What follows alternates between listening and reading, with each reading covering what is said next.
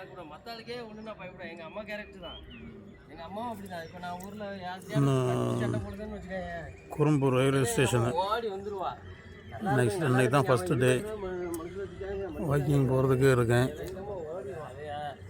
மக்கள்லாம் வாக்கிங் போயிட்டுருக்காங்க. சரி வாக்கிங் போகலான்னா சரி நேற்று வந்து டயர்டு ஒன்றும் பண்ண முடியல. சரி இன்றைக்கி டச் பண்ணணுமேன்னு சொல்லிட்டு வந்துட்டேன். மேக்ஸிமம் ஃபோர்ஸ் கொடுத்து எவ்வளோ முடியுமோ அவ்வளோ நடக்க போகிறேன். Thank you God, thank you.